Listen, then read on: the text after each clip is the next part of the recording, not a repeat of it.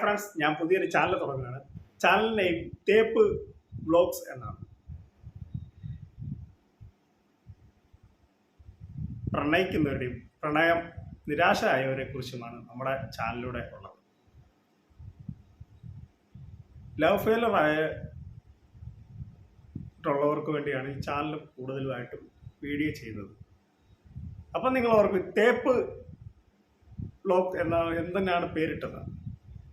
എനിക്ക് നല്ലൊരു തേപ്പ് കിട്ടിയിട്ടുണ്ട്. തേപ്പ് കിട്ടിയോണ്ടാണ് ഞാൻ തേപ്പ് വ്ലോഗ്സ് എന്നൊരു പേരിട്ടത്. അപ്പം എൻ്റെ കഥ ഞാൻ പറയാം, എന്നിട്ട് നമുക്കതിനെക്കുറിച്ചുള്ള വീഡിയോസ് ചെയ്യുന്നതാണ് നല്ലത്. നിങ്ങൾ അറിഞ്ഞിരിക്കണം എൻ്റെ കഥകൾ.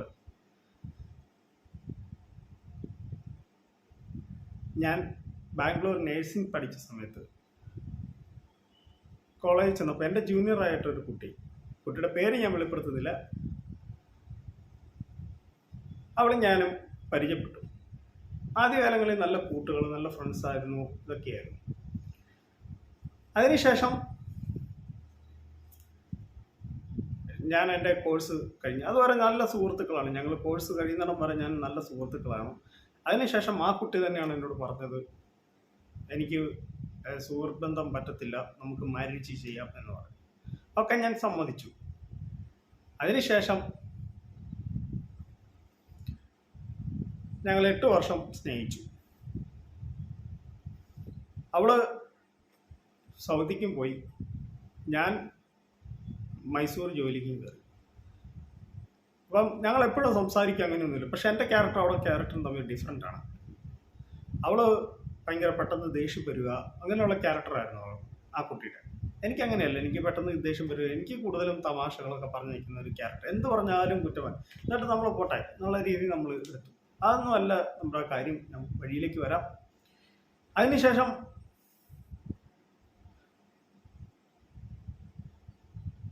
ഞങ്ങൾ എപ്പോഴും സംസാരിക്കാറില്ല. ഞാൻ പറഞ്ഞല്ലോ, എപ്പോഴും ഞങ്ങൾ സംസാരിക്കാറില്ല. അവൾക്ക് ഡ്യൂട്ടിയുള്ള സമയത്തായിരിക്കും എനിക്ക് ഡ്യൂട്ടിയുള്ള, എനിക്ക് ഡ്യൂട്ടിയുള്ള സമയത്തായിരിക്കും അവൾക്ക് ഡ്യൂട്ടിയുള്ള. അപ്പം ഞങ്ങൾക്ക് എപ്പോഴും സംസാരിക്കാനുള്ള സമയം അങ്ങനെയൊന്നുമില്ല. ഇടയ്ക്ക് വാട്സപ്പിൽ മെസ്സേജ് ഇടും, എവിടെയാ ജോലി, ഡ്യൂട്ടിയിലാണോ എന്നൊക്കെ പറഞ്ഞ് ഇടയ്ക്ക് മെസ്സേജ് ഇടാറുണ്ട്. അങ്ങനെ ഇരുന്നപ്പോൾ എനിക്കൊരു 4 പ്രാവശ്യം എനിക്ക് ലിവറ മഞ്ഞപ്പിത്തം പിടിച്ചായിരുന്നു. അപ്പം 4 പ്രാവശ്യം എനിക്ക് മഞ്ഞപ്പിത്തം പിടിച്ചിട്ടുണ്ട്. ആ സമയത്ത് എനിക്കൊരു ലിവറ മഞ്ഞപ്പിത്തം പിടിച്ച സമയത്ത് ഞാൻ നാട്ടിലേക്ക് പോവുക. മൊത്തം എനിക്ക് 4 പ്രാവശ്യം ലിവറ മഞ്ഞപ്പിത്തം പിടിച്ചു. അപ്പോൾ ഞാൻ നാട്ടിലേക്ക് പോയപ്പോൾ ഞാൻ മെസ്സേജ് ഇട്ട്, എനിക്ക് വയ്യ, നാട്ടിൽ പോകാം, ശരി ഞാൻ പ്രാർത്ഥിക്കാൻ. അപ്പോൾ എനിക്ക് ഒരുപാട് ആലോചനകളെല്ലാം വരുന്നുണ്ട്, കല്യാണം ആലോചന. അപ്പം ഇങ്ങനെ ഒരു കുട്ടിയുടെ ഒരു ആത്മാർത്ഥം ഉള്ളതുകൊണ്ട് നമ്മൾ വേറെയുള്ള ആലോചനയിൽ നിന്നൊക്കെ ഞാൻ മാറി. അതിനുശേഷം എനിക്ക് അങ്ങനെ മെസ്സേജ് ഇടുക അങ്ങനെയൊന്നുമില്ലായിരുന്നു. പിന്നെ ഒരു ദിവസം ഇവിടെ ഒരു ഫ്രണ്ട് എനിക്ക് വാട്സപ്പിൽ മെസ്സേജ് ഇട്ട്. അപ്പോൾ ഇവളെന്നാ നാട്ടിൽ വരുന്നതെന്ന് ചോദിച്ചപ്പം എന്നോട് പറഞ്ഞ് ഡിസംബറിലാന്ന് പറഞ്ഞു.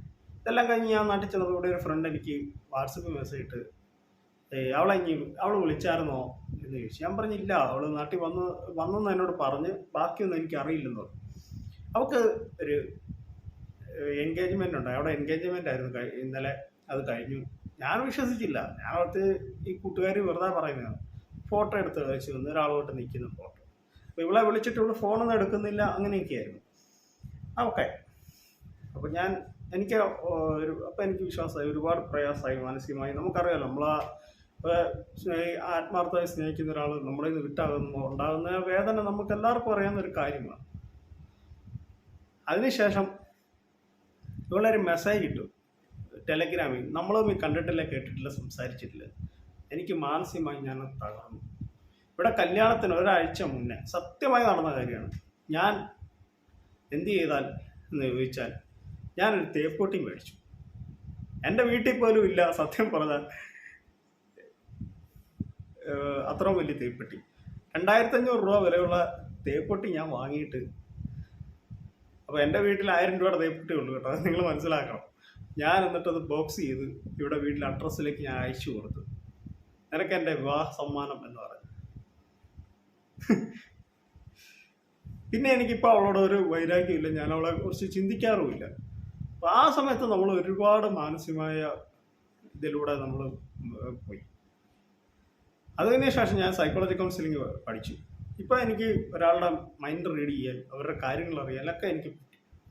അന്ന് ഞാൻ പഠിച്ചിട്ടുണ്ടെങ്കിൽ ഇവിടെ തേപ്പ് എനിക്ക് കിട്ടിയില്ല. അപ്പോൾ ഞാനിനി നമ്മൾ ഇതുപോലുള്ള വീഡിയോ ഇടുമ്പം നിങ്ങളും തോന്നും ഇതെന്തിനാണ് ഈ പേരിട്ടത്, അല്ലെങ്കിൽ ഇതെന്തിനാണ് ബ്രോ ഇങ്ങനെ. അപ്പോൾ എൻ്റെ കഥ ഞാൻ നിങ്ങളോട് പറഞ്ഞു. പിന്നെ ഞാൻ അതിനുശേഷം എനിക്ക് മനസ്സിലായി ഇത് ഇവർക്ക് വേണ്ടി എന്തിനു, നമ്മളെ വേണ്ടാത്തത് നമുക്ക് വേണ്ട, പിന്നെ ഇവർക്ക് വേണ്ടി എന്തിനു നമ്മൾ കരഞ്ഞിരിക്കുന്നത്. അതിപ്പോൾ പിന്നെ ഞാൻ കരഞ്ഞിട്ടില്ല. തേപ്പോട്ടി കൊടുത്തോടുകൂടി എനിക്ക് അവൾ എവിടെയെങ്കിലും സുഖമായിട്ട് ഇരിക്കട്ടെ, അത്ര മാത്രമേ ഉള്ളൂ. അപ്പോൾ എൻ്റെ കൊച്ചു വീഡിയോയുടെ അവസാനിക്കുന്നത്. നിങ്ങൾക്ക് ഇഷ്ടമായെങ്കിൽ ലൈക്ക് ചെയ്യുക, ഷെയർ ചെയ്യുക, ചാനൽ സബ്സ്ക്രൈബ് ചെയ്യുക. തേപ്പ് കെട്ടി നമ്മുടെ എല്ലാ തേപ്പ് കെട്ടിയവർക്കും ഞാൻ സമർപ്പിക്കുക കേട്ടോ. നിങ്ങളിതുപോലെ കൊടുക്കണമെന്നല്ല ഞാൻ ഉദ്ദേശിച്ചത്. അപ്പോൾ ശരി, ബൈ ബൈ, താങ്ക് യു.